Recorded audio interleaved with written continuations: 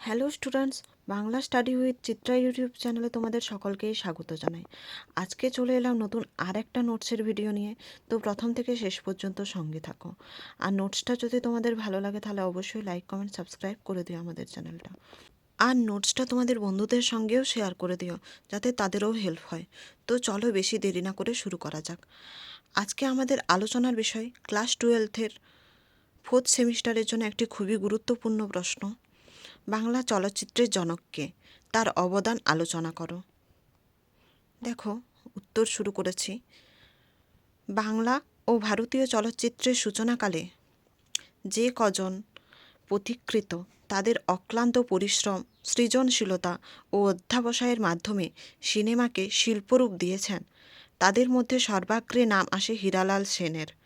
তিনি কেবল বাংলা চলচ্চিত্রের জনক নন, বরং ভারতীয় চলচ্চিত্র জগতের সবচেয়ে প্রাচীন পথিকৃতদের অন্যতম। নিম্নে তার উল্লেখযোগ্য চলচ্চিত্রসহ অবদান আলোচনা করা হলো। দেখো, প্রথমেই আলিবাবা।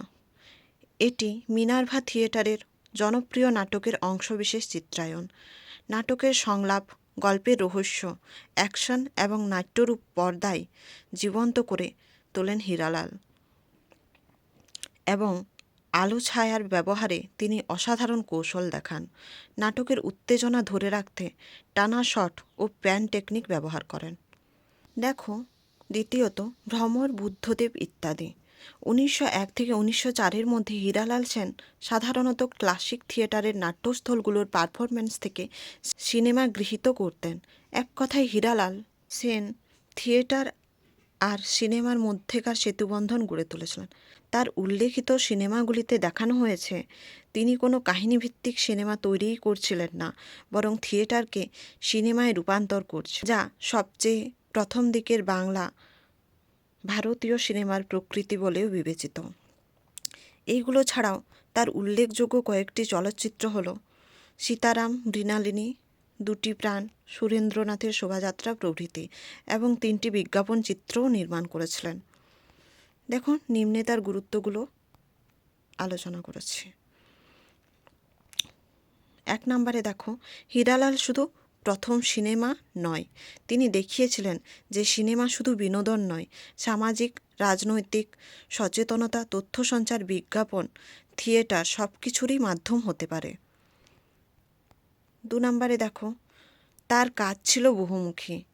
থিয়েটার থেকে শুরু করে বিজ্ঞাপন, সংবাদ, রাজনৈতিক আন্দোলন, অর্থাৎ চলচ্চিত্রকে বহুস্তরীয় মাধ্যম হিসেবে গড়ে তুলেছিলেন। 3 নম্বরে দেখো, ব্যবসায়ী ও প্রতিষ্ঠানগুলো প্রথমবার বুঝতে পারে যে চলমান ছবির মাধ্যমে প্রচার আরও বেশি প্রভাবশালী। 4 নম্বরে দেখো, তার উদ্যোগেই ভারতীয় বিজ্ঞাপন চিত্রের প্রথম বাণিজ্যিক ভিত্তি তৈরি হয়। ফলে তিনি শুধু চলচ্চিত্রের জনকই নন, ভারতীয় বিজ্ঞাপন ফিল্মেরও পথিকৃৎ। তোমাদের যদি নোটসটা ভালো লাগে তাহলে অবশ্যই আমাদের ইউটিউব চ্যানেলটাকে লাইক, সাবস্ক্রাইব করে দিও। আর এই নোটসটা তোমাদের বন্ধুদের সঙ্গেও শেয়ার করে দিও, যাতে তাদেরও হেল্প হয়। এবং তোমাদের কী নোটস লাগবে সেটাও আমাকে কমেন্ট করে জানিয়ে দিও। তো এর পরবর্তীতে দেখা হচ্ছে নতুন আরও একটা নোটসের ভিডিও নিয়ে। ততক্ষণের জন্য সঙ্গে থেকো, পাশে থেকো। ধন্যবাদ।